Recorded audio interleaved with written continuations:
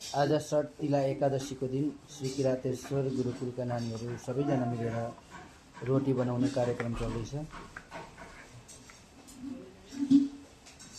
यस गुरुकुलमा हामी एकादशीको दिन कुनै दिन पनि अन्न यानी चामल पकाउने गर्दैनौँ, त्यसर्थ रोटी बनाउँदैछौँ। एकैपल्टमा यति गोलो रोटी हेर्नुहोस्।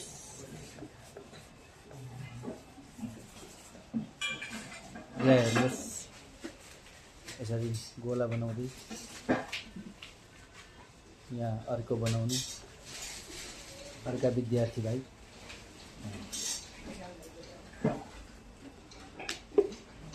पाँचवटा एकैचोटि सेकिँदा रहेछन्। यो कसले किनिदिएको?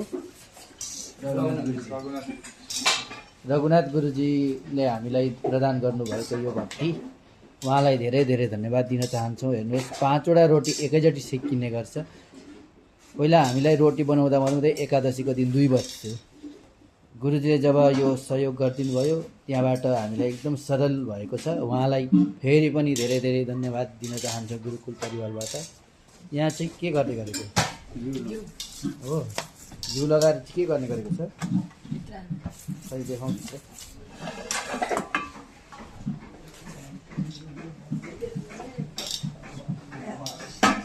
यो एउटा सानो भिडियो क्लिप मैले बनाएको, र यो भिडियो क्लिप विशेष रूपमा किन बनाएको भन्दाखेरि मेरो नयाँ फोन पनि हो, र मेरो नयाँ फोनको क्यामेरा क्वालिटी कस्तो छ त्यो पनि हेर्नु होला।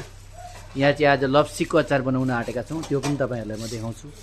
गुरुकुलमा लप्सी उसिनेको भाँडा यसरी कालो भएछ, मस्काउँदैछु।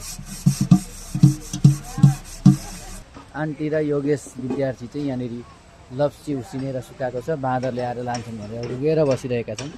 हेर्नुहोस् हेर्नुहोस्। अब हाम्रो गुरुकुल चाहिँ यस्तो भएको छ, तपाईँहरूलाई म त्यो पनि देखाउँछु। युद्ध स्तरमै काम चलिरहेको छ। तपाईँहरूले सोच्नुभयो होला यहाँ रोटी मात्रै बनाउँदैछन् वा पढाइ भएको छैन भनेर, तर हाम्रो पढाइ पनि निरन्तर छ। आज जतिजनाको सेवाको पाली थियो उहाँहरू मात्रै सेवामा हुनुहुन्थ्यो, तर यहाँ